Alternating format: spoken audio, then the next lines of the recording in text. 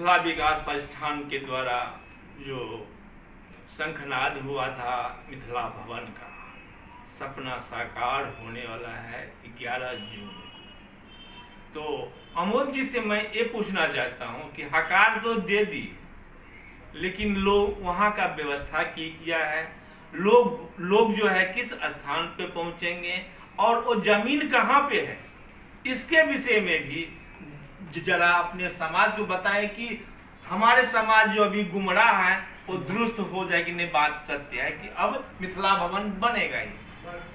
देखिए, इस जो प्रोग्राम होगा उसको दो भाग में हम बांटते हैं। पहला तो है जो कि मेरा भाईंदर म्युनिसिपल कॉर्पोरेशन करेगी, जो भूमि पूजन का कार्यक्रम होगा, जो जहाँ पे हमें जगह मिली है जेपी इंफ्रा के पास में, वहाँ पे वो कार्यक्रम होगा। उसका जो भूमि पूजन करेंगे उसके लिए भारत सरकार के माननीय मंत्री गिरिराज सिंह जी आएंगे, हमारे जो विधायक जी जिनके प्रयास से जो हम लोगों का सपना साकार हो रहा है उनके द्वारा किया जाएगा, और जो मेरा भाईंदर के जो आयुक्त है म्युनिसिपल कॉर्पोरेशन के दिलीप भोले साहब, संयुक्त रूप से इन लोगों के द्वारा भूमि पूजन का कार्यक्रम किया जाएगा।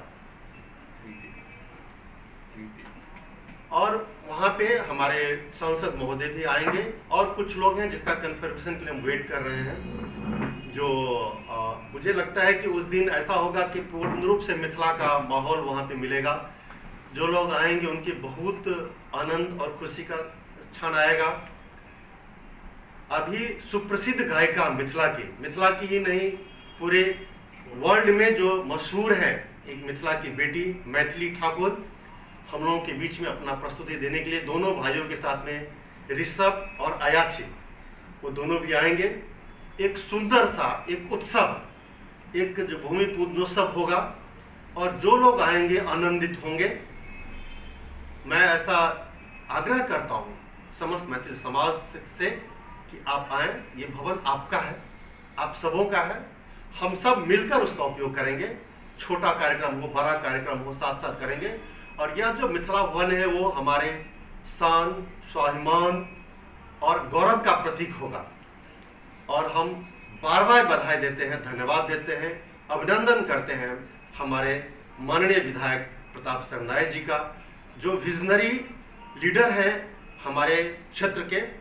और निश्चित रूप से उन्होंने जो काम किया है उसके लिए मैथिल विकास प्रतिष्ठान, वैसे तो समस्त मैथिल समाज, विशेष रूप से मैथिल विकास प्रतिष्ठान उनका आभारी रहेगा। आप तो एक सामाजिक कार्यकर्ता हैं, लेकिन लोगों को कहना है कि शायद मिथिला विकास प्रतिष्ठान शिवसेना में चला गया है, यानी शिंदे साहब के गुट में चला गया है, पूरा मैथिल समाज को लेके चले गए। इसमें कितना सत्यता है? ये बहुत अच्छा सवाल है आपका।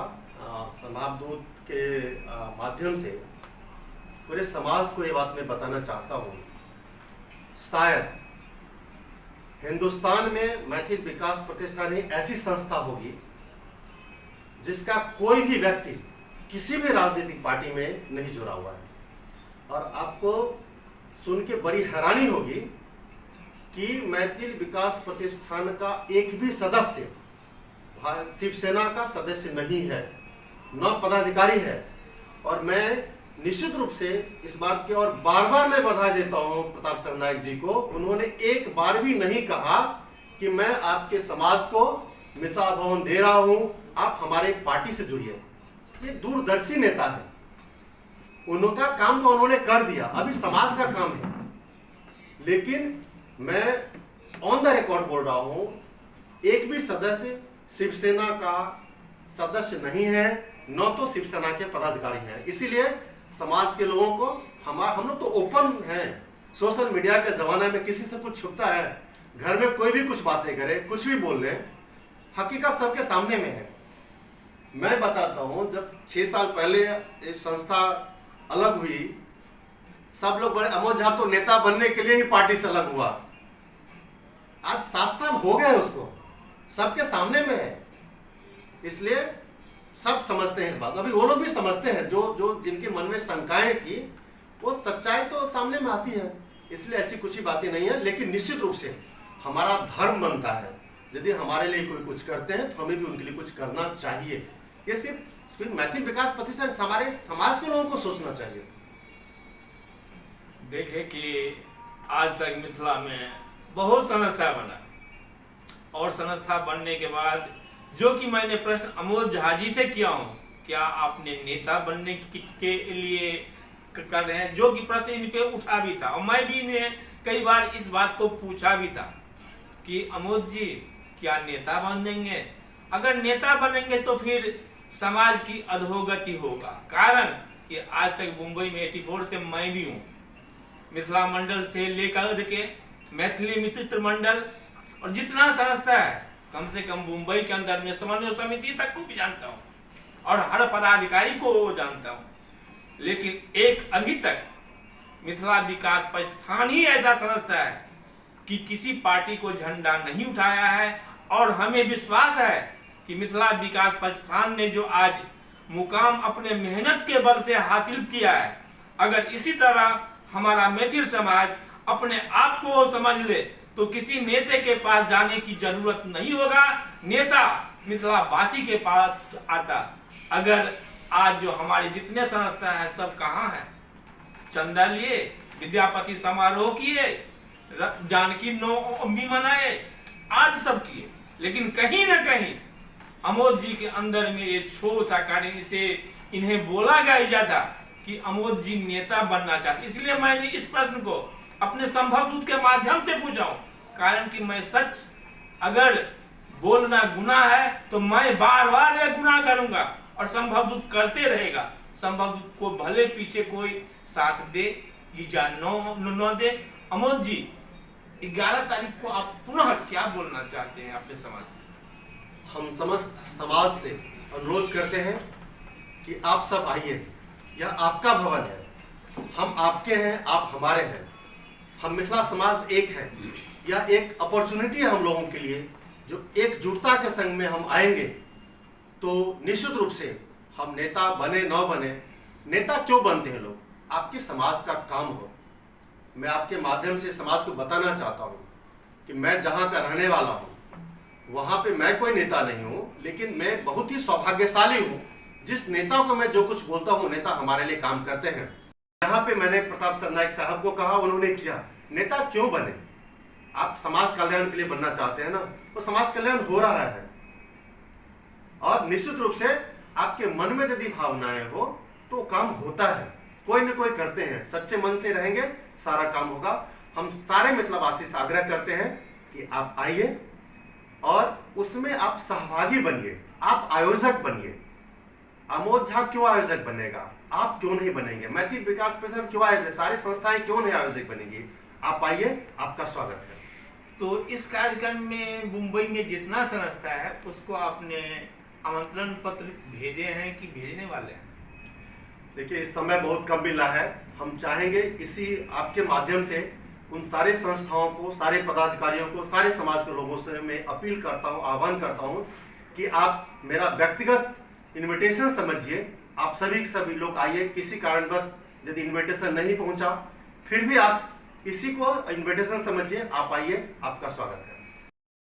सामने जो व्यक्ति दिख रहे हैं मिथिला प्रतिष्ठान के एक रीढ़ जबकि संस्था ये बनाए, तो अपने जुझारू निष्ठावान कार्यकर्ता समाज के रूप में मैथिल के लिए काम करने वाले अमोद झा आजी हैं, जो कि मैथिल प्रतिष्ठान को काम को बराबर आगे बढ़ाते रहे हैं। तो मैं अमोद जी से ये पूछना चाहता हूँ कि आज जो कार्यक्रम आगामी होने वाला है 11 जून, इससे आप मिथिला समाज को कैसे बुलाने चाहते हैं, क्या कहना चाहते हैं?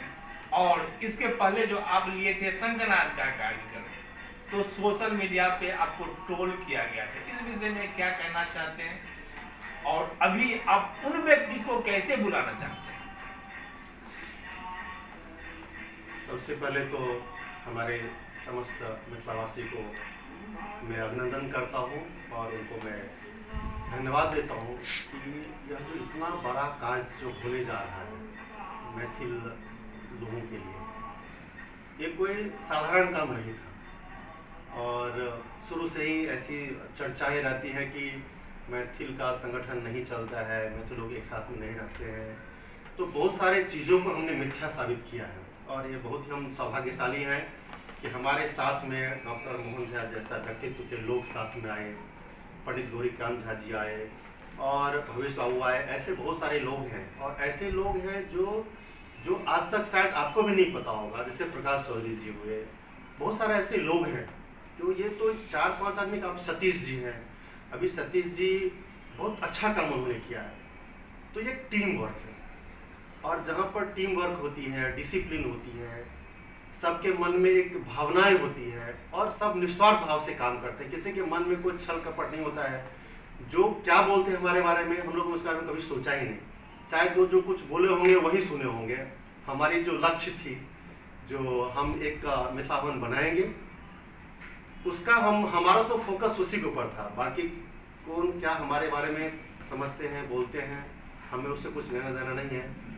आखिर का वो भी हमारे ही हिस्सा है, हमारे ही समाज के हैं, और हो सकता है उनकी कोई गलतियां नहीं हो, क्योंकि आज के समय में मिथिला भवन बनेगा, ये सब अपने आप में बहुत बड़ा चीज़ था। तो मैं ऐसा समझता हूँ महेश बाबू की उनकी भी उसमें कोई गलती नहीं है, क्योंकि आज तक जो हुआ नहीं है उसके ऊपर लोग कैसे यकीन करें। तो मुझे लगता है वो भूतकाल की बातें हो गई। अभी वो सारे लोग जो उस समय में उनको लगा था कि होगा नहीं होगा, क्या होगा नहीं होगा, मुझे लगता है कि वो सारे लोग आएंगे और वह यही समझेंगे जो कि यह सिर्फ मैथिल विकास प्रतिष्ठान का कार्यक्रम नहीं है, सारे मैथिल समाज का कार्यक्रम है। और मैं उन लोगों से आपके माध्यम से, हो सकता है व्यक्तिगत उनसे मैं संपर्क नहीं कर सकूं, मैं उनसे कहना चाहता हूं कि आइए, ये मिथिला भवन हम सबों के लिए है।